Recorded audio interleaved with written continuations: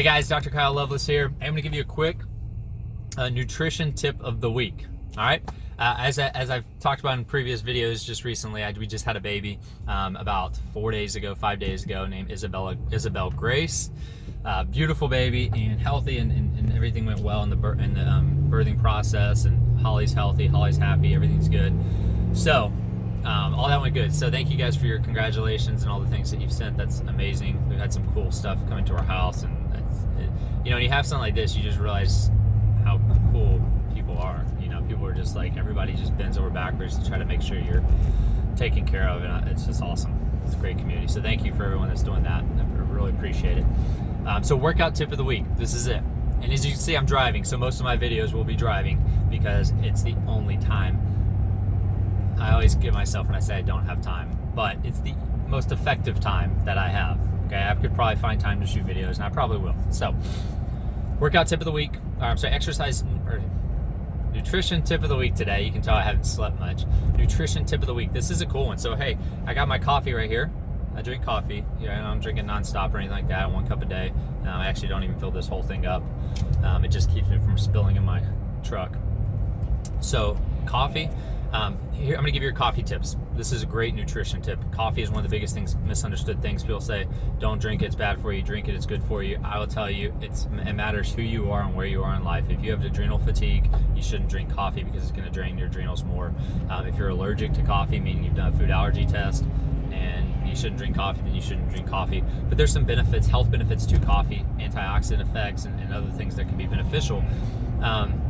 In moderation. This is one of those moderation things that at a lighter level, it doesn't drain your adrenals, it gives you a little boost, and it's fine. So, key with coffee though is it needs to be organic. It's one of the highest pesticide crops. Tons of chemicals in it. They also, a lot of the coffees will have what's called mycotoxins, or bacteria in them and things like that, funguses in them that grow on them, and it can be really toxic to your gut and create inflammation. So it can be really hard for your body to digest. So coffee is fine. It just needs to be, find a good organic coffee. Research your coffee. I'm not going to give you any examples of brands because, to be honest, I don't have them in my head and I don't have them with me, but maybe I'll try to post some on there. But just find yourself, you can do the research, find yourself a good, clean, organic coffee, and that will be essential when you're drinking coffee. It needs to be clean, needs to be organic, it needs to be fresh. I don't like to grind it and let it sit for days and days and days. I grind it right then and there.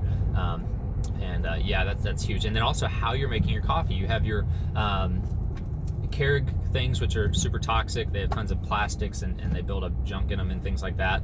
So I'm not a big fan of Keurig coffee makers. I'm honestly a big fan of a pour over with either a bleach-free, non-bleached filter, or a metal filter. The little pour over filters, or a glass ceramic filter. Those are good too. That's my go-to stuff. I think that's big because it doesn't add a bunch of other stuff into your coffee.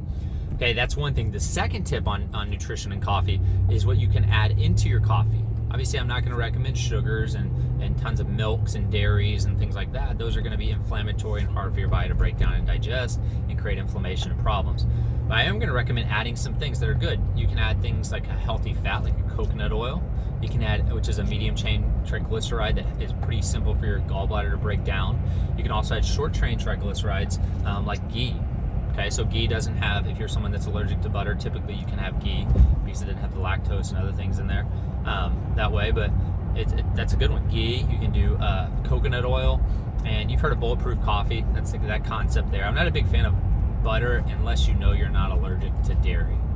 And here's why. A lot of people are allergic to dairy, and even though butter is easier to break down than, like, say, milk, it can still create inflammation. You might not realize it, and that would just be not cool if you're doing something to be healthy and it's making you sick. So unless you've done food allergy testing, I don't recommend butter in your coffee. I like to add a pinch of sea salt as well because coffee can be more acidic, and it can also be kind of demineralizing to your body. So by adding a pinch of sea salt, that can be helpful to help make it less acidic, add some minerals to it as well. And then the other thing that I recommend is adding some type of a mushroom to it. This one's cool.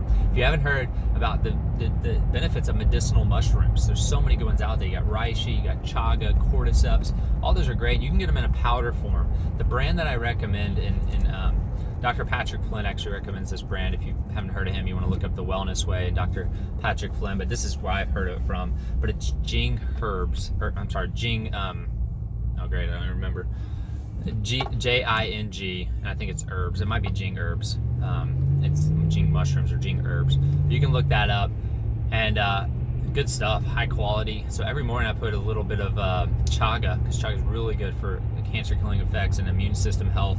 So I put a little bit of chaga in each cup of coffee. Sometimes I'll do some reishi. Sometimes I'll do, I take a cordyceps supplement, and then I also have a supplement that I use for just overall kidney and liver support. That is a mushroom as well from Jing herbs. So check that out, Jing herbs. Sorry, I haven't slept much. Look, I got a box back here. See that box? I thought about getting on here and doing the Ace Ventura thing and being like, I got a package, people. Probably got his haircut going on too, even. Yeah, sorry. Unnecessary. I might even edit that out. Might not. Cool. That's your nutrition tip of the week, guys. Coffee is fine as long as you're not allergic to it, as long as you don't have adrenal fatigue. If you have to have it to survive, no bueno. You need to get that out of your diet and learn how to figure out what's going on with your adrenals, why you're not having energy in the morning. You're probably not getting your boost of cortisol first thing in the morning, which our body needs. Our cortisol awakening effect that our body is supposed to produce. If you're feeling inflamed in the morning, if you're feeling exhausted in the morning, like you just need to sleep more, you're not getting a boost of cortisol.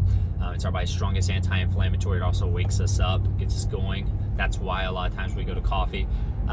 Personally, I go to coffee because it's just I guess this is a habit. It's a enjoyable, warm. Sometimes I'll do like a matcha green tea, but it's just this taste of coffee. It's just good. So, yeah.